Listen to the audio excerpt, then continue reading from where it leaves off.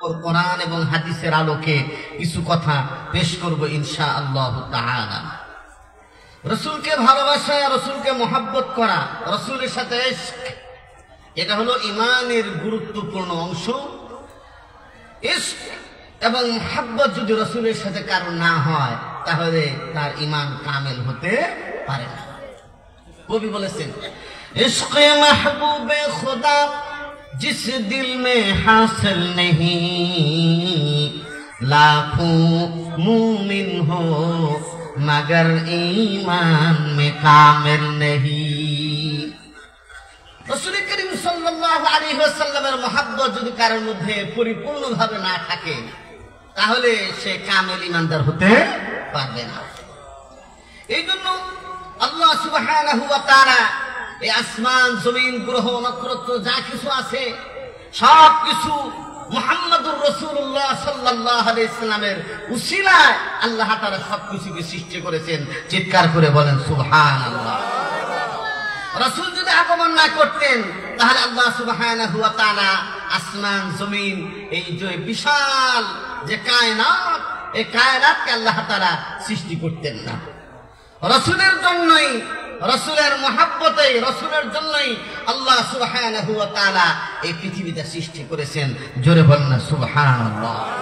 আমার প্রিয় ভাইরা, আল্লাহ সুবহানাহু ওয়া তাআলা তার নবীকে এমন এক আদর্শ, এমন এক নমুনা দিয়েছিলেন যে পৃথিবীতে যত নেতা নেত্রী আসে, পৃথিবীতে যত সমাজ সেবক আছে, পৃথিবীর মধ্যে যত রাজনীতিবিদ আসে, মুহাম্মদ সাল্লাল্লাহু আলাইহি ওয়াসাল্লামের আদর্শের কাছে তাদের আদর্শ কিছুই নয়। ঠিক কিনা?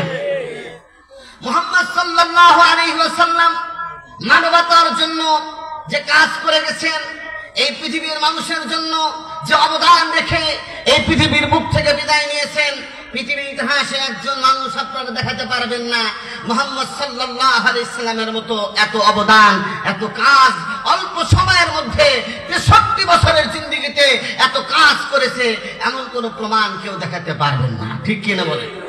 আমার প্রিয় ভাইরা, এই জন্যই রাসূলের জন্য পুরা দুনিয়াটাই পাগল পারা। ঠিক কিনা? আল্লাহ রাব্বুল আলামিন সূরা আলে ইমরানের মধ্যে বলেন, قل إن كنتم تحبون الله فاتبعوني يحببكم الله। হে নবী, আপনি বলে দিন, যদি তোমরা আল্লাহ এবং তার রাসূলকে ভালোবেসে থাকো তাহলে আমার সুন্নতের, আমার আদর্শের অনুসরণ করো। আমার সুন্নতকে যদি তোমরা মানো তাহলে আল্লাহ তাআলা তোমাদেরকে ভালোবাসবে। সুতরাং রাসূলকে ভালোবাসার অর্থ হলো রাসূলের সুন্নতকে মানা, রাসূলের আদর্শকে মানা। অনেক ভালোবাসার কথা বলে মুখ দিয়ে, কর্মে গিয়ে কাজ করে না, এরা আসলে প্রকৃত আশিক রাসূল নয়। এই জন্য আল্লাহ সুবহানাহু ওয়া তাআলা বলতেছেন যে যারা আল্লাহ এবং তার রাসূলকে ভালোবাসার দাবি করে থাকো তাদের জন্য কাজ হলো আমার নবীর সুন্নতকে তোমরা আঁকড়ে ধরো। আল্লাহ নবী বলেছেন, قال رسول الله صلى الله عليه وسلم من تمسك بسنتي عند فساد أمتي فله أجر 100 شهيد وفي رواية أجر شهيد। রাসূল বলেছেন, আমার উম্মতের ক্রান্তিকালে যখন মানুষ বিভ্রান্ত হয়ে যাবে, গান বাজনার মধ্যে মানুষ ব্যস্ত হয়ে যাবে, দুনিয়াদারির মধ্যে মানুষ ব্যস্ত হয়ে যাবে, ওই জামানায় যদি কোনো ব্যক্তি, কোনো উম্মত আমার একটি আদর্শ, আমার সুন্নত, আমার আদর্শকে যদি আঁকড়ে ধরে, কামড়ে ধরে, আল্লাহ সুবহানাহু ওয়া তাআলা তাদের আমলনামায় 100 শহীদের সওয়াব দিয়ে দিবে। অন্য এক রওয়ায়াত আছে, আজরু শহীদিন, একটা শহীদের, একজন গলা কাটা শহীদের সওয়াব আল্লাহ সুবহানাহু ওয়া তাআলা তাকে দান করবেন। জোরে বলেন না সুবহানাল্লাহ। এই জন্য নবী মরে যাওয়ার পরে, নবীর ইন্তেকালের পরে যারা নবীর সুন্নতকে মানে তারা হলো প্রকৃত আশিক। আর নবীর সুন্নতকে বিগড়ায়া যারা বেদাত, খুরাফাতের মধ্যে লিপ্ত হয়ে যায় তারা আশিক রাসূল হতে পারে না। ঠিক কি না? আমার প্রিয় ভাইরা, এই জন্য আল্লাহ সুবহানাহু ওয়া তাআলা আমার আপনার নবীকে আমাদেরকে দুনিয়ার জন্য, দুনিয়ার মানুষের জন্য মডেল করে পাঠাইছেন, দুনিয়ার মানুষের জন্য নমুনা করে পাঠিয়েছেন। আল্লাহ রাব্বুল আলামিন বলেন, লাকাদ কানা লাকুম ফি রাসূলিল্লাহি উসওয়াতুন হাসানা লিমান কানা ইয়ারজুল্লাহা ওয়াল ইয়াওমাল আখির ওয়া যাকারাল্লাহা কাসীরা। আল্লাহ রাব্বুল আলামিন বলেন সূরাতুল আহজাবের মধ্যে, ও দুনিয়ার মানুষেরা শোনো, নিশ্চয়ই নিশ্চয়ই তোমাদের জন্য রাসূলুল্লাহ সাল্লাল্লাহু আলাইহি ওয়াসাল্লামের মধ্যে উত্তম নমুনা, উত্তম আদর্শ রাখা হয়েছে। কাদের জন্য? যারা আল্লাহ বিশ্বাস করে, আখিরাতে বিশ্বাস করে, আল্লাহর সাথে সাক্ষাৎকে বিশ্বাস করে, তাদের জন্য নমুনা হলেন আমার আপনার নবী, বিশ্ব নবী, সরকারে দো আলম নবী। চিৎকার করে বলেন না সুবহানাল্লাহ। এই জন্য নবীকে ভালোবাসা, এটা হলো আমাদের 1 নম্বর কাজ। আমরা নবীজি সাল্লাল্লাহু আলাইহি ওয়াসাল্লামকে মহব্বত করব। নবীজি সাল্লাল্লাহু আলাইহি ওয়াসাল্লাম কে সাহাবায়ে কেরাম কিভাবে মহব্বত করেছেন তার কয়েকটা নমুনা আপনাদের সামনে আমি তুলে ধরতে চাই। পৃথিবীর মধ্যে যত আশিক রাসূল আসুক না কেন, যারা জন্মদিন পালন করে, রাসূলের জন্য যারা মিছিল বের করে, আমি পরিষ্কার বলতে চাই, মুহাম্মদ সাল্লাল্লাহু আলাইহি ওয়াসাল্লামের সাহাবীদের থেকে তারা রাসূলকে বেশি ভালোবাসে না, ঠিক কি না? হ্যাঁ, এই জন্য মুহাম্মদ সাল্লাল্লাহু আলাইহি ওয়াসাল্লামকে ভালোবাসতে হলে আল্লাহ বলছেন আমার নবীর সুন্নতকে মানো, তাহলে এটা ভালোবাসার নিদর্শন, এটা ভালোবাসার আলামত। আল্লাহ তোমাদেরকে ভালোবাসবেন, তোমাদের গুনাহগুলোকে আল্লাহ তাআলা মাফ করে দিবেন। চিৎকার করে বলেন না সুবহানাল্লাহ। আমার প্রিয় ভাইরা, মসজিদে যখন প্রবেশ করি, ডান পা দিয়ে প্রবেশ করা, বিসমিল্লাহ বলে প্রবেশ করা, দোয়া পড়া, দুরূদ শরীফ পড়া, তারপর ইতিকাফের নিয়তে প্রবেশ করা। একজন আল্লাহর বান্দা মসজিদে প্রবেশের সময় 5টা সুন্নত যদি আদায় করে, আমার নবী বলেছেন আল্লাহ সুবহানাহু ওয়া তাআলা 5 জন গলা কাটা শহীদের সওয়াব তার আমলনামায় দিয়ে দিবে। এত সহজ। মসজিদে ঢুকতে গেলে ঢুকাই হয়, ডান পা দিয়ে প্রবেশ করব, বিসমিল্লাহির রহমানির রহিম পড়ব, দুরূদ শরীফ পড়ব, দোয়া করব। আমি মসজিদ নববীর মধ্যে দেখেছি এই 3টা দোয়া একসাথে লেখা আছে, বিসমিল্লাহি ওয়াস সালাতু ওয়াস সালামু আলা রাসূলিল্লাহ, আল্লাহুম্মা ইফতাহ লি আবওয়াবা রাহমাতিক।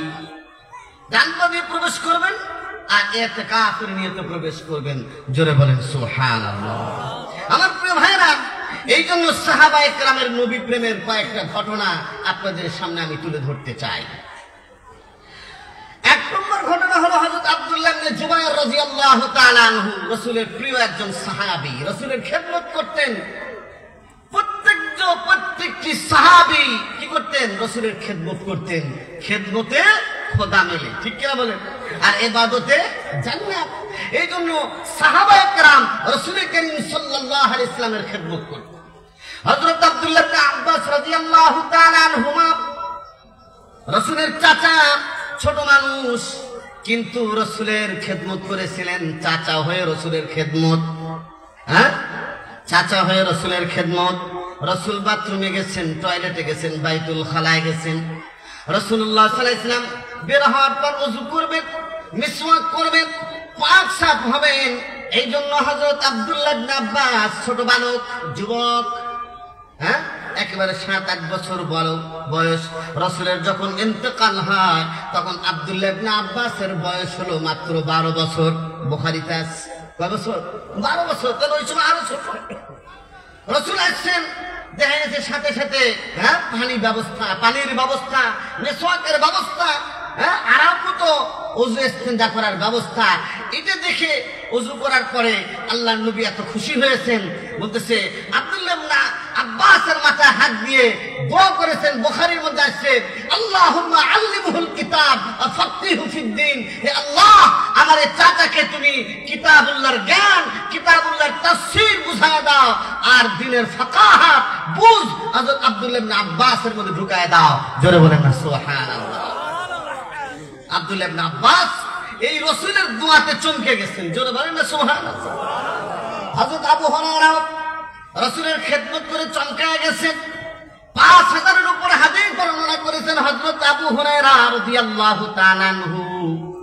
একবার রসুলের কাছে অভিযোগ করলেন, ওগো নবী, আপনার খেদমত করি, আপনার দরবারে বসে থাকি, কিন্তু এত হাদিস এত কথা তো আমার মনে থাকে না। সুতরাং আমার এই কথাগুলো, আপনার হাদিসগুলো যেন আমি উম্মতের কাছে পৌঁছাতে পারি, আমাকে একটু দোয়া করে দেন, আমার জন্য একটু ব্যবস্থাপত্র দেন। আল্লাহর নবী বললেন, তোমার চাদরটা খোলো। চাদরটা খুললেন, খোলার পর আল্লাহ রাসূল কি যেন পরে ফু দিয়ে দিলেন, বুকে লাগাইলেন হযরত আবু হুরায়রা। বলছে লাগানোর পর এরপর থেকে রাসূল যা বলতেন শুনতো শুধু আবু হুরায়রা, লেখার প্রয়োজন হতো না। বলছে জেহেনের মধ্যে সবগুলো হাদিস হযরত আবু হুরায়রার মুখস্থ হয়ে যেত। চিৎকার করে বলেন না সুবহানাল্লাহ। এই জন্য রাসূলের প্রত্যেকটা সাহাবী আমাদের জন্য নমুনা। জোরে বলেন না সুবহানাল্লাহ। আল্লাহর নবী বলেছেন, আসহাবি কান্নুজুম বিআইহিম ইক্তাদাইতুম ইহতাদাইতুম। আমার প্রত্যেকটি সাহাবী আকাশের তারকা তুল্য। তোমরা যে কাউকে অনুসরণ করো, যে কোনো সাহাবীকে মানো, তোমাদের হেদায়েতের জন্য যথেষ্ট হয়ে যাবে। কেউ যদি হযরত আবু বকরকে মানে যথেষ্ট, হযরত ওমরকে মানে যথেষ্ট হয়ে যাবে, হযরত উসমান গনিকে মানে যথেষ্ট হয়ে যাবে, হযরত আলীকে মানে যথেষ্ট হবে, হযরত সাদ ইবনে আবি ওয়াক্কাসকে মানে সহজ হয়ে যাবে। কেউ যদি হযরত বেলালকে অনুসরণ করে, তার জিন্দেগিটা হেদায়েতের পথে পরিচালিত হবে। যে কোনো সাহাবীকে মানলেই হেদায়েতের পথ তার জন্য সহজ হয়ে যাবে। চিৎকার করে বলেন না সুবহানাল্লাহ। কারণ রাসূল তো আল্লাহর পক্ষ থেকে কোরআন নিয়ে এসেছেন। ওই কোরআনের ব্যাখ্যা ছিল মুহাম্মদুর রাসূলুল্লাহ সাল্লাল্লাহু আলাইহি ওয়াসাল্লাম। আম্মা জান আয়েশাকে জিজ্ঞেস করা হয়েছে, ওগো মা, আমার নবীর আদর্শ কেমন ছিল, নবীর ব্যবহার কেমন, নবীর চরিত্র কেমন? আল্লাহর নবীর স্ত্রী আম্মা জান আয়েশা রাদিয়াল্লাহু তাআলা আনহা বললেন, তোমরা কি কোরআন পড়ো না? কানা খুলুকুহু আল কোরআন। মুহাম্মদ সাল্লাল্লাহু আলাইহি ওয়াসাল্লামের আদর্শ অর্থাৎ তার জীবনী, কিভাবে খাইতেন, চলতেন, ফিরতেন, যা কিছু তোমরা জানতে চাও তাহলে কোরআন খোলো। কোরআনের মধ্যে আল্লাহ সুবহানাহু ওয়া তাআলা যেভাবে বলেছেন, আমার আপনার নবীর জীবনে সব কিছু বাস্তব পাওয়া যায়। জোরে বলেন না সুবহানাল্লাহ। মডেল, উসওয়াতুন হাসানা, আল্লাহ তাআলা আমার আপনার নবীকে মডেল বানাইছেন। কিন্তু আজকের এই দুনিয়াতে মুসলমানদের উপর শত আফসোস। মুসলমানদের জন্য কত আন্তর মুসলমান মুহাম্মদ সাল্লাল্লাহু আলাইহি ওয়াসাল্লামের মতো এত বড় লিডার, এত বড় নেতা, বিশ্ব নেতা, বিশ্ব রাজনীতিবিদ, বিশ্ব মুহসিন মুহাম্মদ সাল্লাল্লাহু আলাইহি ওয়াসাল্লামকে বাদ দিয়ে মাও সেতুং, আব্রাহাম লিঙ্কন সহ যত বাস্তবতা মতবাদ আছে, তাদের আদর্শকে আজকে মুসলমানদের যুবকরা মানে, ঠিক কিনা? কিন্তু মুহাম্মদ সাল্লাল্লাহু আলাইহি ওয়াসাল্লাম আদর্শ তাদের কাছে ভালো লাগে না। হ্যাঁ, তাদের কাছে ভালো লাগে মদ, তাদের কাছে ভালো লাগে ইয়াবা, তাদের কাছে ভালো লাগে গান বাজনা, তাদের কাছে ভালো লাগে 31st টাইম উদযাপন করা। ও যুবক, তোমার হাতে মদ মানায় না। ও যুবক শুনে রাখো, তোমার হাতে ইয়াবা মানায় না। ও বোন তুমি শোনো, তোমার জন্য বেপরদায় চলা তোমার জন্য মানায় না। ও যুবক, তোমার জন্য এরকম উশৃঙ্খল জীবন মানায় না। কারণ তোমার জন্য নমুনা হলো আমার নবী, সরকারে দো আলম নবী হযরত মুহাম্মদ সাল্লাল্লাহু আলাইহি ওয়াসাল্লাম। সুতরাং তোমরা যদি মানো তাহলে রাসূল যুবকদের জন্য আদর্শ, রাসূল মায়ের জন্য আদর্শ, রাসূল পিতার জন্য আদর্শ, রাসূল সমাজ সেবকদের জন্য আদর্শ, রাসূল রাষ্ট্রবিদদের জন্য এবং রাষ্ট্র যারা পরিচালনা করে তাদের জন্য, সকল মানুষের জন্য রাসূল হলেন আদর্শ, ঠিক কিনা? আজকে আফসোস যে আমরা অন্যদের কাছে ভিক্ষা করতে যাই যে আমাদের কিছু আদর্শ দেন, আমরা আপনাদের নীতি অনুযায়ী দেশ চালাই, ঠিক কিনা? এই ট্রান্সজেন্ডার ঢুকাইছি, ট্রান্সজেন্ডার ঢুকানোর জন্য পায়তারা চলতেছে, ঠিক কিনা? হ্যাঁ, আপনি এখন পুরুষ আছেন, কিছুদিন পরে নিজেকে মনে করবেন যে আমি এখন মেয়ে, বাস আপনি মেয়ে হয়ে গেলেন। নাউজুবিল্লাহ। এইগুলো আজকে আমাদের দেশে প্রচলন করার চেষ্টা চলছে, ঠিক কিনা? আমার ভাইয়েরা, হযরত আব্দুল্লাহ ইবনে জুবায়ের রাসূলের খেদমত করতে গিয়ে রাসূল সিঙ্গা লাগাইতেন। সিঙ্গা লাগানোটা সুন্নত। হ্যাঁ, এই যে বিভিন্ন জায়গায় দূষিত রক্ত বের করে দিয়ে শরীরকে সুন্দর করার জন্য, স্মার্ট করার জন্য দেখা যায় অনেকে কি করে, সিঙ্গা লাগায়। কিন্তু এটা সুন্নতি একটা দাওয়া, সুন্নতি একটা চিকিৎসা। রাসূল সিঙ্গা লাগাইছেন, এর রক্ত একটা বাটির মধ্যে ছিল। হযরত আব্দুল্লাহ ইবনে জুবায়েরকে বললেন, আব্দুল্লাহ ইবনে জুবায়ের, এটা একটু বাহিরে ফেলাইয়া দিয়ে আসো, দাফন করে আসো। হযরত আব্দুল্লাহ ইবনে জুবায়ের রাদিয়াল্লাহু তাআলা আনহু বলতেছে, এটা ফেলায়া না দিয়া নিজে পান করে ফেললেন। রাসূলের কাছে আসলেন, আসার পর বললেন, আব্দুল্লাহ ইবনে জুবায়ের, তোমার কাছে যে সিঙ্গার যে রক্তটা ফেলানোর জন্য, দাফন করার জন্য আমি দিলাম, সেটা তুমি কোথায় ফেলাইলা? বলছি, ইয়া রাসূলুল্লাহ, আপনার রক্তটা জমিন চুষে খাবে, তা আমার বরদাস্ত হয় না, এই জন্য আমি শরবতের মতো এটা পান করে ফেলেছি। রাসূল বললেন, যার দেহের মধ্যে মুহাম্মদ সাল্লাল্লাহু আলাইহি ওয়াসাল্লামের রক্ত প্রবেশ করেছে, ওই দেহ কোনদিন জাহান্নামে জ্বলতে পারে না। চিৎকার করে বলেন না সুবহানাল্লাহ। তু কুজা মান কুজা, তু কুজা মান কুজা, বা মুহাম্মদ কাই নিসবত তুরা। আমরা কোথায়, তোমরা কোথায়? মুহাম্মদ সাল্লাল্লাহু আলাইহি ওয়াসাল্লামের সাথে আমাদের কি সম্পর্ক? সম্পর্ক তো হবে রাসূলের আদর্শ, সুন্নাত, রাসূলের জীবন, প্র্যাকটিক্যাল জীবনটাকে আমাদের জীবনে যদি আমরা বাস্তবায়ন করি, তাহলে রাসূলের সাথে আমার মহব্বতটা পরিপূর্ণ হবে, ঠিক কিনা? আমি যদি খ্রিস্টানদের কালচার বাস্তবায়ন করতে চাই আর বাস্তবায়ন করি, আমি তো মুহাম্মদ সাল্লাল্লাহু আলাইহি ওয়াসাল্লামের উম্মত দাবি করতে পারি না, ঠিক কিনা? আমার প্রিয় ভাইরা, হযরত আবু উবাইদা ইবনুল জাররাহ রাদিয়াল্লাহু তাআলা আনহু রাসূলের একজন আশিক সাহাবী ছিলেন, রাসূলের একজন মাহবুব সাহাবী ছিলেন। হযরত আবু উবাইদা ইবনুল জাররাহ রাদিয়াল্লাহু তাআলা আনহু রাসূল যখন উহুদের ময়দানে, আপনারা জানেন বদরের প্রান্তরে মুসলমানদের বিজয় হয়েছিল, কিন্তু উহুদের প্রান্তরে মুসলমানদের প্রথমে বিজয় হওয়ার পর পরবর্তীতে রাসূল যাদেরকে এক জায়গায় একটা গুহাগিরি পথে তাদেরকে রেখেছিলেন, ওই জায়গায় তারা না থেকে কয়েকজন চলে আসছে। এই কারণে খালিদ বিন ওয়ালিদ কখনো মুসলমান হয় নাই। ওই খালিদ বিন ওয়ালিদ ওই গিরিপথ দিয়ে বলতে তার সাথীদেরকে নিয়ে সাহাবীদের উপর, রাসূলের উপর আক্রমণ করে বসল। ওই সময় ৭০ জন সাহাবী শহীদ হয়েছিলেন। আল্লাহর নবী, বিশ্ব নবী রহমাতুল লিল আলামিন, তার মাথার মধ্যে হেলমেট ছিল, লোহার হেলমেট। লোহার হেলমেটের 2টা কড়া রাসূলের মাথার মধ্যে ঢুকে গিয়েছিল। মাথার মধ্যে ঢুকে রাসূল বেহুশ হয়ে পড়ে আছে, দাঁতও ভাঙছে, আবার এই 2টা মাথার মধ্যে কড়া। হযরত আবু উবাইদা ইবনুল জাররাহ রাদিয়াল্লাহু তাআলা আনহু দৌড়ে আসলেন। আসার পর দেখলেন রাসূলের মাথার মধ্যে যদি কড়াগুলো থাকে, রাসূলের চিকিৎসা করা সম্ভব হবে না, আগে বের করতে হবে, তারপরে চিকিৎসা, তারপরে অন্য কোনো ব্যবস্থা। হযরত ফাতেমা রাদিয়াল্লাহু তাআলা আনহা তিনিও এরকম ভাবে ছাই ইত্যাদি দিয়ে এই রক্তটা বন্ধ করার চেষ্টা করেছিলেন। আলী রাদিয়াল্লাহু তাআলা তিনিও চেষ্টা করেছেন। হযরত আবু উবাইদা ইবনুল জাররাহ দৌড়ে এসে রাসূলের মাথার মধ্যে যে কড়াটা ঢুকে গিয়েছিল, ওই কড়াটা একটা কড়ার সাথে একটা দাঁত লাগায় জোরে করে টান দিলেন, সাথে সাথে আবু উবাইদা ইবনুল জাররাহ একটা দাঁত শহীদ হয়ে গেল।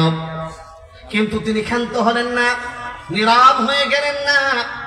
আশিক রাসূল সাহাবী আবু উবাইদা ইবনুল জাররাহ রাদিয়াল্লাহু তাআলা আনহু আরেকটা দাঁত দিয়ে আরেকটা কড়া এভাবে জোরে করে টান দিলেন, আরেকটা দাঁতও তার শহীদ হয়ে গেল। কিন্তু যখন 2টা কড়া বের হয়ে গেছে, বের হয়ে যাওয়ার পর পুরো মুখটা, দেহটা রক্তাক্ত হয়ে গেছে। আরেকজন সাহাবী দেখলেন রাসূলের রক্তগুলো জমিনে পড়বে, এমন অবস্থায় চিৎকার দিয়ে বললেন, হায় হায়, নবীর রক্তটা এরকম ভাবে উহুদের জমিন চুষে খাবে তা হয় না।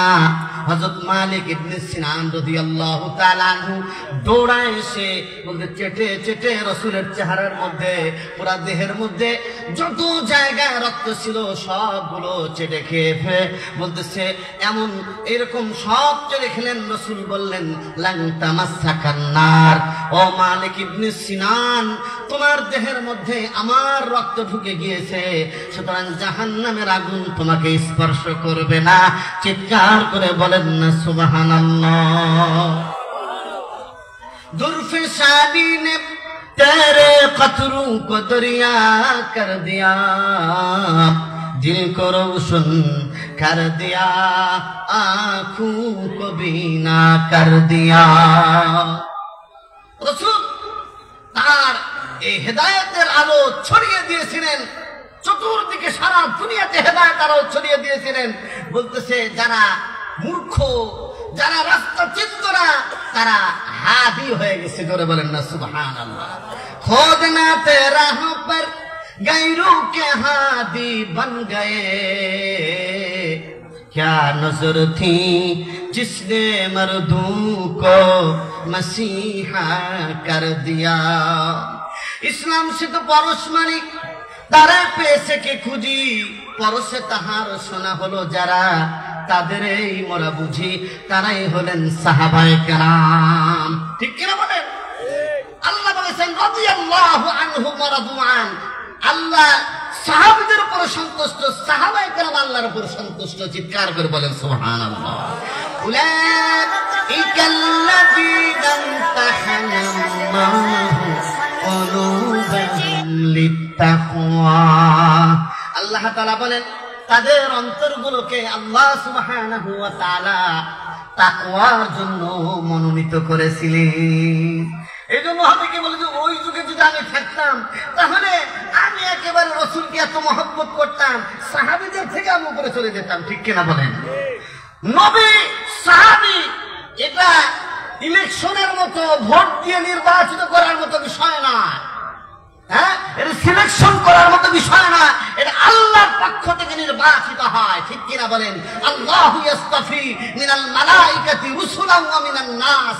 বলতেছে রাসূল চাইলে আমি রাসূল হতে পারি না, এখন গোলাম আহমদ কাদিয়ানী বলছে আমি নবী, নাউজুবিল্লাহ।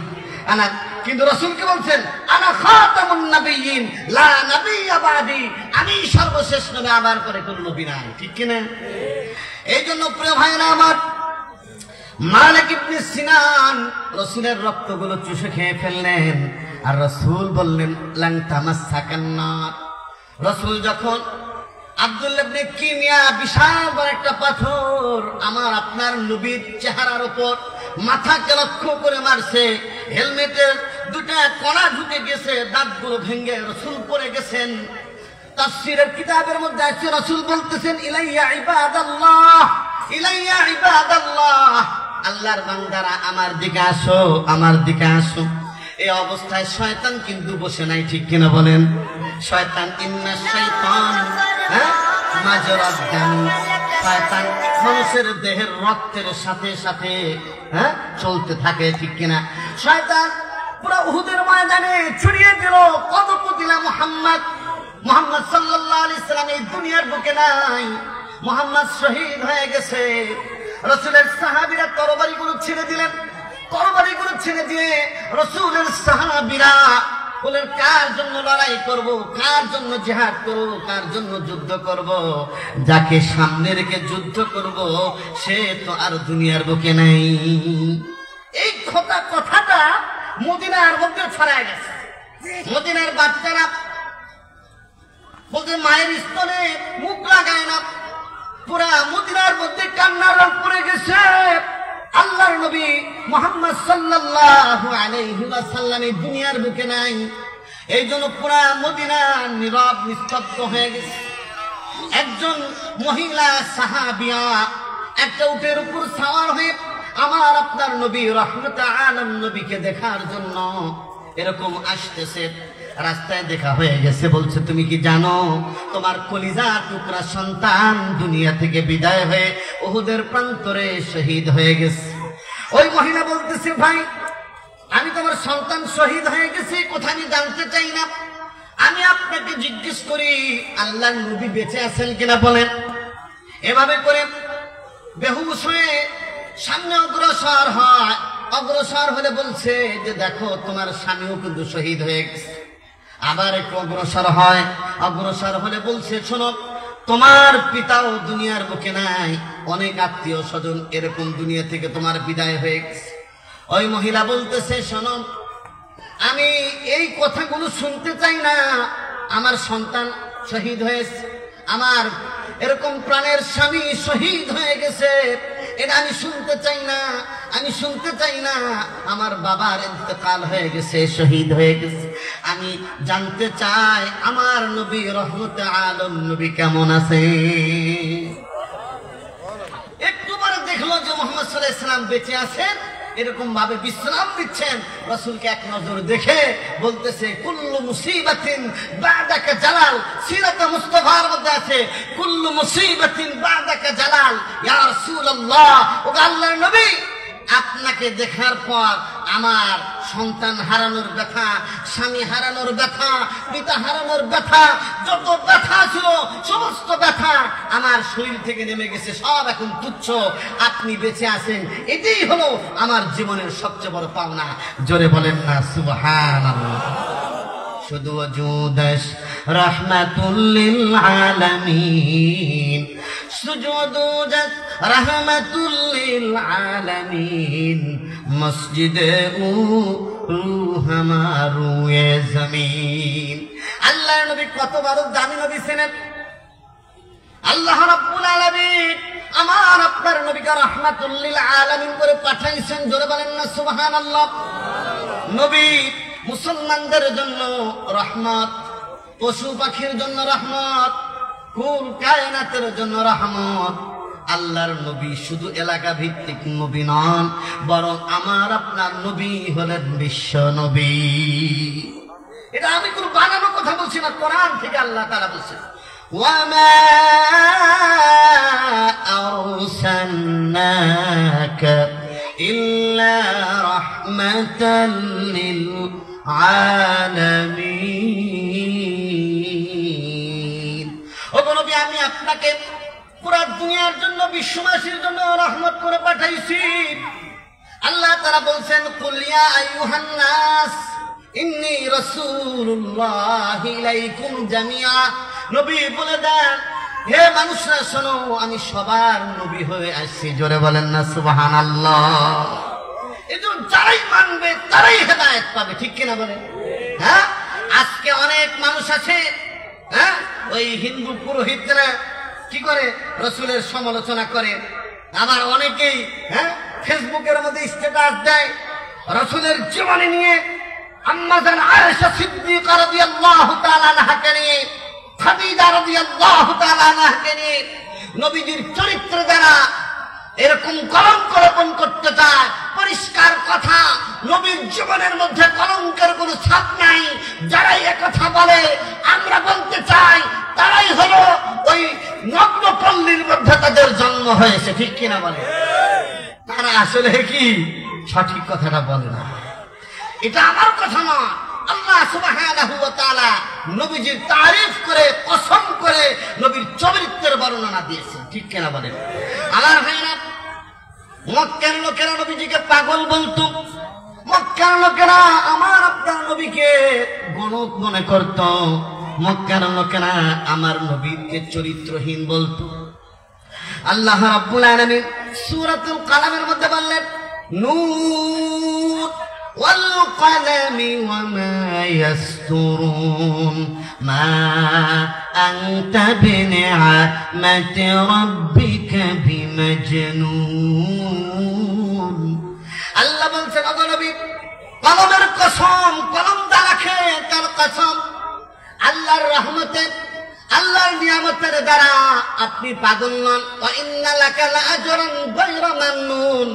ওগো নবী, শুনে রাখেন, আল্লাহ আপনার জন্য প্রভূত কল্যাণ প্রস্তুত করে রেখেছেন, অনেক এরকম আপনার জন্য প্রতিদান আল্লাহ রেডি করে রেখেছেন। ওয়া ইন্নাকা লাআলা খুলুকিন আযীম, এবং নিশ্চয়ই আমার আপনার নবী হলেন মহান চরিত্রের উপর অধিষ্ঠিত। চিৎকার করে বলেন না সুবহানাল্লাহ।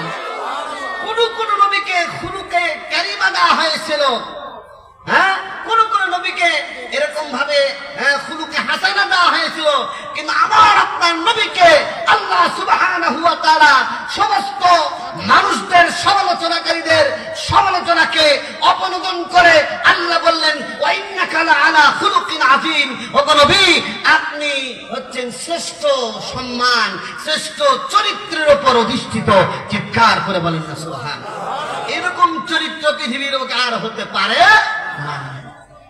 যারা বলেন না সুবহানাল্লাহ। মানলে বলতে আপনার কষ্ট হয়েছে?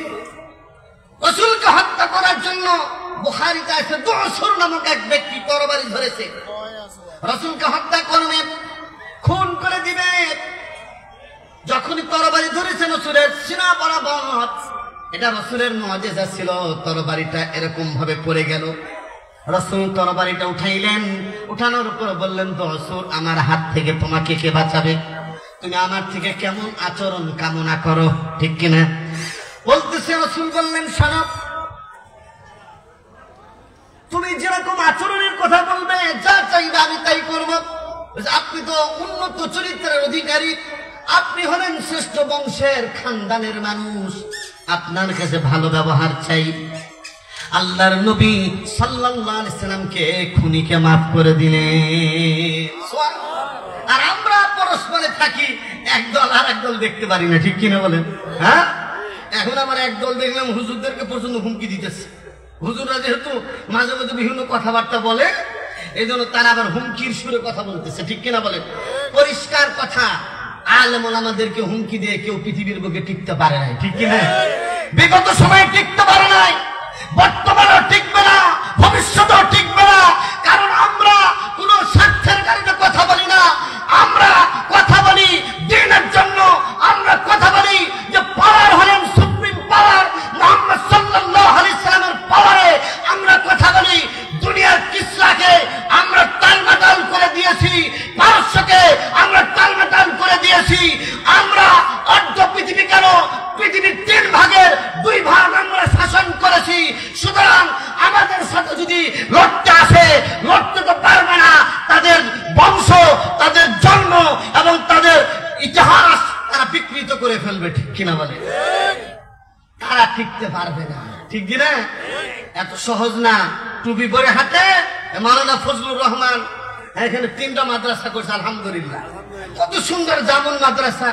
এটা আমি দেখছিলাম যে একটা পুকুরের মধ্যে মাদ্রাসা, এখন এটা জানা লাইন পর্যন্ত, আলহামদুলিল্লাহ। এখানে হাদি গ্রুপের মাধ্যমে আরেকটা মাদ্রাসা হচ্ছে, আলহামদুলিল্লাহ। আরেকটা মাদ্রাসা আমি নিজে গেছি, শরীরটা খুব ভালো না, কিন্তু খেদমত দেখার জন্য যে আলেম ওলামারা আজকে কাজ করতেছে, এটা দেখার জন্য আবার তাহফিজুল কোরআনও গেলাম, সেখানে দেখে আমার কলিজাটা ভরে গেছে, আলহামদুলিল্লাহ। ওনার প্রত্যেকটা ভাই, প্রত্যেকটা তারা দ্বীনের জন্য কাজ করে। কিসের জন্য? এই জন্য মাওলানা ফজলুর রহমানকে সহযোগিতা করবেন, তার পাশে থাকবেন, তাকে তার হাতকে শক্তিশালী করার জন্য তার পাশে থাকবেন হকপন্থী একজন আলেম। সুতরাং তার সাথে থাকলে আপনাদের ফায়দা হবে ইনশাআল্লাহ। কারণ রাসূল বলেছেন আল উলামা ওয়ারাসাতুল আম্বিয়া। বুখারীর রওয়ায়াত, উলামায়ে কেরাম হলেন নবীদের উত্তরসূরি। নবীরা সম্পদ রাখলে এটা কেউ মালিক হয় না। সুতরাং নবীর এটা সম্পদের মালিক উলামায়ে কেরাম নন, বরং এলেমের ওয়ারাসাত, ওহীর ওয়ারাসাত উলামায়ে কেরাম তারা নেন, সেটাই মানুষের মধ্যে ছড়াইয়া দেন। হুজুর আমরাই তো দান করি, আলেমরা কি দান করে? আরে আলেমদের থেকে বড় দাতা কেউ হতে পারে না। রাসূল বলছেন মানরাজাতুন নাস, সবচেয়ে বড় দাতা সখীকে রাসূল বলছেন আমি। এবং যারা ইলমকে শিখে আর ইলম ছড়ায়া দেয়, তারাই হলো সবচেয়ে বড় কি দাতা। জোরে বলেন না সুবহানাল্লাহ। তাহলে আমাদের সার্টিফিকেট দিয়েছেন রাসূল, দিয়েছেন। আমাদের শিক্ষার স্বীকৃতি, দুনিয়ার স্বীকৃতি দরকার নেই, আমাদের শিক্ষার স্বীকৃতি দিয়েছেন মুহাম্মদুর রাসূলুল্লাহ সাল্লাল্লাহু আলাইহি ওয়াসাল্লাম। আমার প্রিয় ভাইরা, এই জন্য রাসূল যখন উহুদের প্রান্তরে এরকম ভাবে রক্তাক্ত অবস্থায় রক্তগুলো হযরত মালিক ইবনে সিনান চেটে চেটে খেলেন, আর মহিলা সাহাবীরা এমন মহব্বত যে সন্তানের মহব্বত তার ধারের কাছেও ছিল না। এই জন্য রাসূল পরিষ্কার বলেছেন হাদিসের মধ্যে, লা ইউমিনু আহাদুকুম হাত্তা আকুনা হাব্বা ইলাইহি মিন ওয়ালিদিহি ওয়া ওয়ালাদিহি ওয়ান নাসি আজমাইন। বুখারীর রওয়ায়াত হযরত আনাস থেকে বর্ণিত। হযরত আনাস তিনি একজন খাদেম ছিলেন রাসূলের, জোরে বলেন না সুবহানাল্লাহ। খেদমত করলে লাভ আর লাভ, ঠিক কি না? যারা বড়দের খেদমত করেছে, শাইখুল হাদিস রাহমাতুল্লাহ আলাইহির খেদমত করেছে, তারা এখন দাবি, ঠিক কি না? শাইখুল হাদিসের খাদেম। যারা হাফিজ হুজুরের খেদমত করেছে, হাফিজ হুজুরের খাদেম, হাফিজ হুজুরের মহব্বতের লোক। যারা নূর হোসেন কাসেমি রাহমাতুল্লাহ আলাইহির খেদমত করেছে, কাসেমি সাহেবের খেদমত খাদেম। এরকম আল্লাহ ওয়ালাদের সাথে যারাই নিসবত লাগায়, এই নিসবতটা এত দামি হয়, এই নিসবতের কারণে তার দামটা এত বেড়ে যায়, জমিনে থাকে না, সে চলে যায় আল্লাহর আরশ আজিম পর্যন্ত, ঠিক কিনা বলে? হযরত আনাস হাদিস বর্ণনা করেছেন আর রাসূলের 10 বছর খেদমত করেছেন। আমরা হুজুরদের সন্তানদেরকে বলি না যে হুজুরদের একটু জুতা সিধা করে দাও, হ্যাঁ, এটা বলা দরকার আছে। হ্যাঁ, হুজুরদের জুতা সিধা করে শিখাইতে হবে, রাসূলের প্রেম শিখাইতে হবে সন্তানকে। সন্তানকে যদি রাসূলের মহব্বতটা শিখান, রাসূল সালাম দিতেন বাচ্চাদেরকে দেখে, আমরাও সালাম দিব, ঠিক কিনা? খালি সালাম নেওয়ার জন্য অপেক্ষায় থাকবো না। স্ত্রীকে সালাম দিব, স্ত্রীও সালাম দিবে। ঘরে ঢোকার সময় বলবো আসসালামু আলাইকুম ওয়া রাহমাতুল্লাহি ওয়া বারাকাতুহু। যত ধরনের দুর্বলতা আছে, স্ত্রীর সাথে একটু দূরত্ব সৃষ্টি হয়ে গেছে, সালাম দেওয়ার কারণে আল্লাহ সুবহানাহু ওয়া তাআলা রহমত নাযিল করবেন, জোরে বলেন না সুবহানাল্লাহ।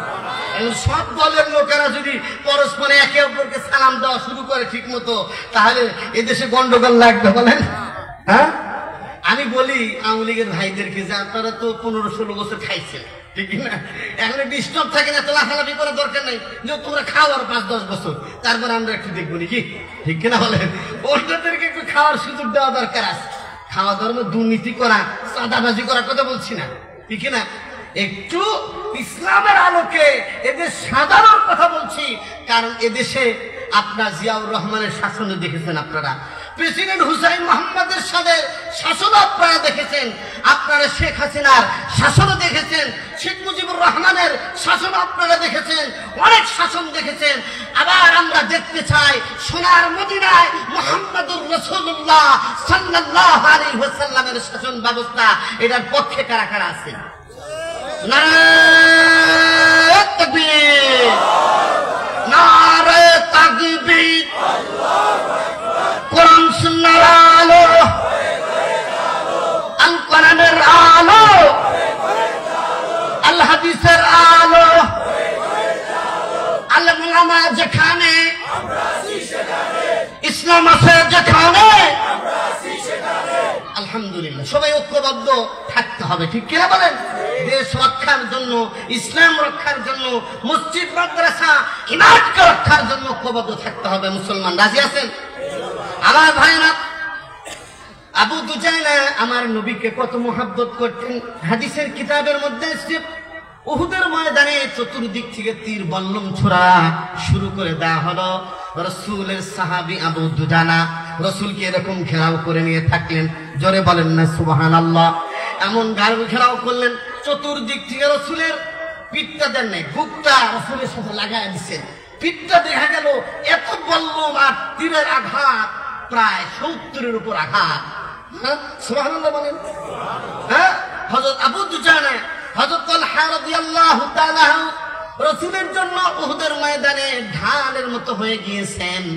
বলতেছে তালহার দেখা গেল শরীরের মধ্যে 80টার মতো আঘাত। এখনো যারা উহুদের প্রান্তে যায়, উহুদের ময়দানে যায় হাজী সাহেবরা, ওই জায়গায় যে সমস্ত যে জায়গায় রাসূলের 70 জন সাহাবী ঘুমিয়ে আছেন, ওই জায়গায় এখন মনে হয় যে ওই জায়গায় এখনো হামজা রাদিয়াল্লাহু তাআলা আনহু, ওই জায়গায় হামজা রাদিয়াল্লাহু তাআলা আনহু এখনো ইশকে রাসূলের মহব্বতে তারা উতাল পাতাল করতেছে, ঠিক কিনা বলেন? হ্যাঁ, তাদের দেখলে কিরকম মনে হয় যে কত কুরবানি।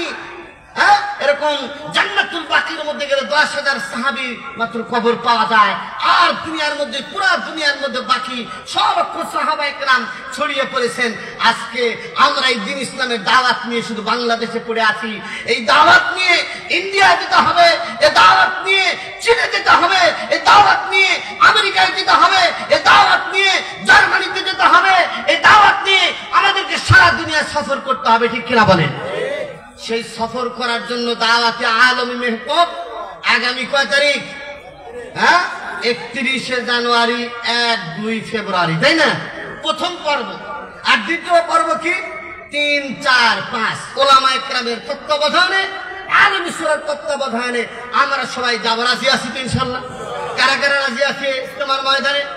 এখানে আপনাদের জন্য খালি যাইবেন তো যাইবেন, আনসারদের মতো রাসূলের সাহাবী আনসাররা যেরকম খেদমত করেছে, মুবাল্লিগদের আপনারা এখন দাঁড়ায় দাঁড়ায় শরবত বিতরণ করবেন, ঠিক না? আমি তো দেখি মাঝে মধ্যে পানি খাওয়ান আপনারা, এই এলাকার লোকেরা খাওয়ায়, আপনারা খাওয়ান কিনা জানি না, কিন্তু আমি খাওয়ানো দেখছি। আমার মায়েরা বন্ধুরা আমার, এই জন্য আমি বলতে চাই, হযরত তালহার মতো আমাদের কিছু যুবক দরকার, হযরত আবু দুজানার মতো কিছু যুবক দরকার আমাদের জন্য, খালিদ বিন ওয়ালিদের মতো কিছু যুবক দরকার আমাদের জন্য, এরকম আবু বকরের মতো কিছু মুরব্বী দরকার আমাদের জন্য, হযরত ওমর রাদিয়াল্লাহু তাআলা আনহুর মতো কিছু এরকম যুবক দরকার আমাদের জন্য, হযরত ওসমানের মতো কিছু যুবক দরকার, আশিক রাসূল যুবক দরকার, যারা ইসলাম বিরোধী কর্মকাণ্ড দেখলেই বাধা দিবে, ঠিক কিনা? যাত্রার প্যান্ডেল হলে বলবে ভাই এটা করা যাবে না, ঠিক কিনা? হাদিসের মধ্যে আছে, মান রাআ মিনকুম মুনকারান ফালিয়ুগাইয়িরহু বিয়াদি, অন্যায় কাজ দেখলে হাত দিয়ে বাধা দাও, যদি তারা প্রতিবাদ করো, যদি তা না পারো অন্তর দিয়ে ঘৃণা করে ধারের কাছে যায় না, ঠিক কিনা? এই জন্য গান বাজনা যে জায়গায় হয় ওই জায়গায় শয়তানের আড্ডা, শয়তানের আড্ডাখানা বসে, ঠিক কিনা? শয়তান ওই জায়গায় এসে আশ্রয় নেয়। এই জন্য যুবক, তুমি গানের বাজনা তোমার কি হয় না, তোমার জন্য সহনীয় নয়। তুমি কোরআনকে হৃদয়ের মধ্যে কি করো, লাগাও। যে কোরআনের দাওয়াত রাসূলুল্লাহ সাল্লাল্লাহু আলাইহি ওয়াসাল্লাম দিয়েছেন, এই কোরআন ঢুকাও, তুমি আশিক রাসূল হয়ে যাবে, আশিক উলামা হয়ে যাবে, আশিক আউলিয়া হয়ে যাবে, ঠিক কিনা বলেন? আমার প্রিয় ভাইরা, এই জন্য আমি আপনাদেরকে বলতে চাই, রাসূলের মহব্বতের খেলাফ যদি আমার বাবা বলে এই অন্যায় কাজটা করো, মসজিদ ভেঙে দিয়ে আসো, আমি কি ভাঙবো? আমার বাবা মা যদি বলে অমুককে পিটাও, আমি কি পিটাবো? আমার নেতা যদি বলে গাড়ি জ্বালায়া দাও, বাংলাদেশে যেন অস্থিরতা সৃষ্টি হয়, চাঁদাবাজি শুরু করে দাও, অন্ধকারের মধ্যে লুট ছিনতাই চালায়া দাও, এটা যদি কোনো নেতা বলে, মানবো কিনা? মানা যাবে না। কারণ আল্লাহ রাব্বুল আলামিন বলছেন, কুল ইন কানা আবাউকুম ওয়া আবনাউকুম ওয়া ইখওয়ানুকুম ওয়া আজওয়াজুকুম ওয়া আশীরা, বলে দেন হে নবী, যদি তোমাদের পিতামাতা, তোমাদের সন্তানাদি, তোমাদের আত্মীয় স্বজন, পরিবার পরিজন, এরা অথবা তোমাদের সম্পদের ক্ষতি হয়ে যাবে, এই সব কিছু যদি আল্লাহর রাস্তা থেকে তোমাদেরকে বাধার সৃষ্টি করে, তাহলে তোমরা এদের এই কথাগুলো মানবা না। কারণ রাসূল বলেছেন, লা তাআতা লিমাখলুকিন ফি মাসিয়াতিল খালিক। আল্লাহ তাআলাকে অসন্তুষ্ট করে, আল্লাহকে অসন্তুষ্ট করে মানুষকে সন্তুষ্ট করা যাবে না। এই জন্য যুবক ভাইরা, আমরা সন্তুষ্ট করব একমাত্র কাকে? জোরে বলেন, আল্লাহকে। আর একটু জোরে বলেন, কাকে মহব্বত করব? আমার ভাইরা, এই জন্য আজকে আমাদের সমাজের মধ্যে কিছু বেদাত, খোরাফাত, এগুলো আমাদের সমাজের মধ্যে আছে, এগুলো থেকে আমাদের বাঁচার চেষ্টা করতে হবে, ঠিক কিনা? হ্যাঁ, যারা ওই পন্থী আছে তাদের কাছে আমি করজোরে বলি, ভাই আপনি আশিক রাসূল, আপনি আল্লাহ রাসূলের মহব্বত করেন, আপনি এগুলো ছাড়েন, বেদাতি ছাড়েন, বেদাতি কর্মকাণ্ডগুলো ছাড়েন। কারণ কুল্লু মুহদাসাতিন বিদআ ওয়া কুল্লু বিদআতিন দালালা ওয়া কুল্লু দালালাতিন ফিন্নার। রাসূলের যুগে যেটা হয় নাই, সাহাবায়ে কেরাম যেটা করে নাই, তাবিনরা যেটা করে নাই, তবে তাবিনরা যেটা করে নাই সেটাকে ইবাদত মনে করে করা, ওইটাই হলো বেদাত। আর বেদাতি কর্মকাণ্ড যদি কেউ করে তাকে জাহান্নামে যাইতে হবে, ঠিক কি না? এই জন্য বেদাতি কর্মকাণ্ডের সাথে আমাদের কোনো সম্পর্ক নাই। আমরা মসজিদগুলোকে সুন্নি মানাবো। কি মানাবো বলেন? সুন্নতের অনুসরণে আমাদের মসজিদগুলো চলবে, মাদ্রাসাগুলো চলবে, আর আমরাও রাসূলের আশিক হিসেবে চলবো, ঠিক কিনা বলেন?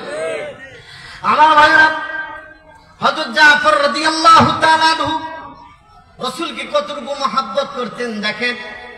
রাসূল মুতার যুদ্ধে 3 জনের নাম ঘোষণা করেছেন। যায়েদ যখন শহীদ হয়ে যাবে, আব্দুল্লাহ ইবনে আবু রাওয়াহা দাঁড়ায়া যাবে। যদি জাফর শহীদ হয়ে যায়, যায়েদ দাঁড়ায়া যাবে। 3 জনের নাম বলে পরে 3 জন যদি শহীদ হয়ে যায়, আরেকজন তরবারি, আরেকজন ইসলামের ঝান্ডা উঠায় ধরবেন। হযরত জাফর রাদিয়াল্লাহু তাআলা আনহু যখন বুঝতে পারলেন আর তিনি থাকবেন না, বাড়ি থেকে চলে আসতেছেন, সন্তান পিছন থেকে বলে, আব্বু আব্বু, হ্যাঁ আপনি জিহাদের ময়দানে যাচ্ছেন, একটু আপনার সাথে মুসাফা করি, মুআনাকা করি, আসেন আসেন। বলতেছে হযরত জাফর সন্তানের দিকে তাকান নাই, কারণ সন্তানের মহব্বত অন্তরের মধ্যে লেগে যেতে পারে। এই জন্য হযরত জাফর রাদিয়াল্লাহু তাআলা আনহু একেবারে জিহাদের ময়দানের দিকে রওনা হয়ে গেছে। আমরা হলে সেই মুসলমান বাসর ঘরে স্ত্রীকে রেখে জিহাদের ময়দানে যাওয়া সে মুসলমান হলাম আমরা, ঠিক কিনা বলেন? আমরা মদ আর জুয়া আর আসর এই আড্ডাখানার মধ্যে আমরা কেন বসে আছি, ঠিক কিনা? রাসূলের কাছে একজন সাহাবী আসছে, গরীব সাহাবী, এসে বলতেছে, ইয়া রাসূলুল্লাহ, আমি তো গরীব মানুষ, চেহারা সুন্দর না, আমাকে তো মদিনার কেউ বিয়ে দিতে চায় না, আমি যত জায়গায় প্রস্তাব দেই সব জায়গায় বলে যে সাহাবী, যাও অমুক জায়গায় যাও, আনসারী এক ব্যক্তি আছে, আব্দুল ওয়াহাব নামক এক ব্যক্তি আছে, তার কাছে যাও, আমার প্রস্তাব দাও যে মুহাম্মদ সাল্লাল্লাহু আলাইহি ওয়াসাল্লাম পাঠাইছে, তার একটা সুন্দরী মেয়ে আছে, ওই সুন্দরী মেয়ের সাথে যেন তোমার বিবাহ দিয়ে দেয়। আমার প্রিয় ভাইরা, হযরত রাসূল করিম সাল্লাল্লাহু আলাইহি ওয়াসাল্লাম নির্দেশনা পেয়ে ওই সাহাবী ওই আব্দুল ওয়াহাবের বাড়িতে চলে গেলেন। যাওয়ার পরে বলতেছে, মুহাম্মদ সাল্লাল্লাহু আলাইহি ওয়াসাল্লাম পাঠাইছে, আপনার নাকি একটা কন্যা সন্তান আছে, ওই কন্যা সন্তানের সাথে আমার বিবাহ করে দেওয়ার জন্য বলেছে। বলছে, চেহারার দিকে তাকায় দেখে যে চেহারা তো সুন্দর না, আর বাড়ির অবস্থাও ভালো না, টাকা পয়সা নেই, যদি বিয়ে দিয়ে কি লাভ হবে? বুঝে না, হবে না, হবে না। কিন্তু দেখেন ঘরের মধ্যে যে মেয়েটা ছিল, ওই মেয়েটা বলতেছে, বাবা আপনি কি চিন্তা করেছেন কার তরফ থেকে কি প্রস্তাবটা নিয়ে এসেছে? আপনি কি চিন্তা করেছেন? এটা তো মুহাম্মদ সাল্লাল্লাহু আলাইহি ওয়াসাল্লামের দরবার থেকে প্রস্তাব আসছে, এটা প্রত্যাখ্যান করার মতো না। সুতরাং আপনি রাজি না হলেও আমি আপনার কন্যা এই সাহাবীর সাথে বিয়ার জন্য রাজি হয়ে গেলাম। সুবহানাল্লাহ। রাসূলের দরবারে গেল, হুজুর তো রাজি হয়ে গেছে। উনি তো রাজি হয় নাই, কিন্তু ওনার মেয়ে তো এরকম রাজি হয়ে গেছে। বলছে, তাই নাকি? বলছে, তোমার মহারণা আছে? বলছে, নাই, কিছুই নাই। রাসূল কিছু ব্যবস্থা করে দিয়েছেন, হ্যাঁ, টাকা পয়সা দিয়ে, তারপরে বিবাহ হবে, তারপরে এরকম কি হবে, কাবিন টাবিন সব হয়ে গেছে, অর্থাৎ আদ্য হয়ে গেছে।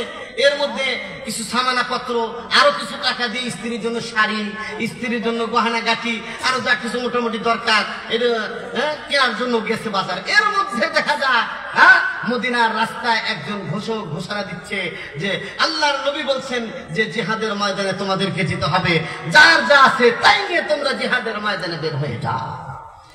ওই সাহাবী ওই যে স্ত্রীর জন্য শাড়ি কিনেছিল, স্ত্রীর জন্য স্নো পাউডার, আরো বিভিন্ন জিনিস কিনেছিল, এই সব কিছু বিক্রি করে দিয়ে একটা ঢাল কিনলো, একটা তরবারি কিনলো, আর স্ত্রীকে বললো, দেখো তুমি নাকি অনেক সুন্দরী মহিলা, মদিনার মধ্যে এত সুন্দর মহিলা কেউ নেই, কেউ নাকি নাই, কিন্তু তোমার সাথে তো আমার দেখা হলো না, জান্নাতে তোমার সাথে দেখা হবে, বিদায় নিচ্ছি, চলে যাই, তুমি দোয়া করো, মাফ করে দিও। বলছে, প্রাণের স্বামী আপনার সাথে আগ্রহ হয়েছে, কিন্তু আপনার সাথে একটু দেখা, আপনার চেহারাটা একটু দেখা আমার তো সুযোগ হয় নাই, একটু সামনে আসে একটু দেখি। না, ঘরের ভিতরে যাওয়া যাবে না, জানালা দিয়ে চেহারাটা দেখায়া বললো যে বিদায় নিয়ে যাচ্ছি, দেখা হবে আমার আর তোমার জান্নাতে, তুমি জান্নাতের মধ্যে শহীদের স্ত্রী হিসাবে উঠবে। আমার প্রিয় ভাইরা, এই জায়গায় দেখেন ওই সাহাবীর মধ্যে কি পরিমাণ ইশক রাসূল ছিল। বাসরের ঘরের মধ্যে স্ত্রীর সাথে দেখা সাক্ষাৎ বাদ দিয়ে আল্লাহর নবীর হুকুম পালন করার জন্য চলে গিয়েছিলেন। চিৎকার করে বলেন না সুবহানাল্লাহ। হযরত আব্দুল্লাহ ইবনে যায়েদ ইবনে আব্দ রাব্বিহি রাদিয়াল্লাহু আনহু, দেখেন আমাদের মাওলানা হুসাইন আহমদ সাহেব আসতেছেন, মাশাআল্লাহ, সবাই তাকবীর দেন, নারায়ে তাকবীর, নারায়ে তাকবীর। মাওলানা হুসাইন সাহেবের আগমন, দ্বিতীয় বক্তার আগমন, মাশাআল্লাহ। দ্বিতীয় বক্তা বলে আবার অনেকটা ছোট করে, দ্বিতীয় তৃতীয় নেই, উনি একজন ভালো বক্তা। কি নাটোরে ওনার ওয়াজ শুনছে, আমি ওনারা ভক্ত হয়ে গেছি। নাটোরে আমাদের খামার পাথুরিয়া মাদ্রাসা যে বয়ান করছে, আমি নিজে আবার রেকর্ড করছি। কি ওই বয়ান এখন আমাকে ধাক্কা দেয়। আল্লাহ রাব্বুল আলামিন ওকে হায়াতে তাইয়্যিবা দান করতে বলেন আমি। আমার ভাইরা, আমি এই ঘটনাটা বলি শেষ করে দিচ্ছি। হযরত আব্দুল্লাহ ইবনে যায়েদ ইবনে আব্দ রাব্বিহি খেজুরের বাগানের মধ্যে পানি দিচ্ছিলেন, এর মধ্যে খবর আসলো রাসূল দুনিয়া থেকে ইন্তেকাল করেছেন। রাসূল আর নাই, উনি সাথে সাথে সিজদায় পড়ে গেলেন। সিজদায় পড়ে গিয়ে বলতেছেন, আল্লাহ, যে চোখ দিয়ে মুহাম্মদুর রাসূলুল্লাহ সাল্লাল্লাহু আলাইহি সাল্লামকে দেখেছি, আজ থেকে আর দেখতে পারবো না। সুতরাং ওগো আল্লাহ, আমার দৃষ্টি শক্তি তুমি বিলুপ্ত করে দাও। উনি সিজদায় পড়ে আল্লাহর কাছে বলছেন। দেখেছে এরপরে উনি, ওনার চোখের জ্যোতি চলে গেছে, সারা জীবন অন্ধ অবস্থা কাটায় দিয়েছেন। এরকম বহু সাহাবীর হুব্বে রাসূলের উপর অনেক ঘটনা আছে, অনেক কিছু আছে, আমি আলোচনা করতে পারলাম না। আগামীতে যদি আমার কখনো সুযোগ হয়, ইনশাআল্লাহ এই হুব্বে রাসূলের উপর, রাসূলের ইশক এবং মহব্বতের উপর কিছু কথা বলবো। আল্লাহ সুবহানাহু ওয়া তাআলা আমাদেরকে রাসূলের সুন্নতের ইত্তেবা, সাহাবায়ে কেরামের ইত্তেবা, রাসূলের আহলে বায়াতের মুহাব্বত, রাসূলের পরিবারের মুহাব্বত এবং সাহাবায়ে কেরামের মুহাব্বত, রাসূলের আদর্শের মুহাব্বত আমাদের মধ্যে সৃষ্টি করে দিক। আমিন। রহ গই রসমে আযা রূহে বেলালি ন রহি, ফলসফা রহ গয়া তলকিন গজালি ন রহি। নসরুম মিনাল্লাহি ওয়া ফাতহুন করিব। আখিরু দাওয়ানা আনিল হামদুলিল্লাহি রাব্বিল আলামিন। আসসালামু আলাইকুম ওয়া রাহমাতুল্লাহ।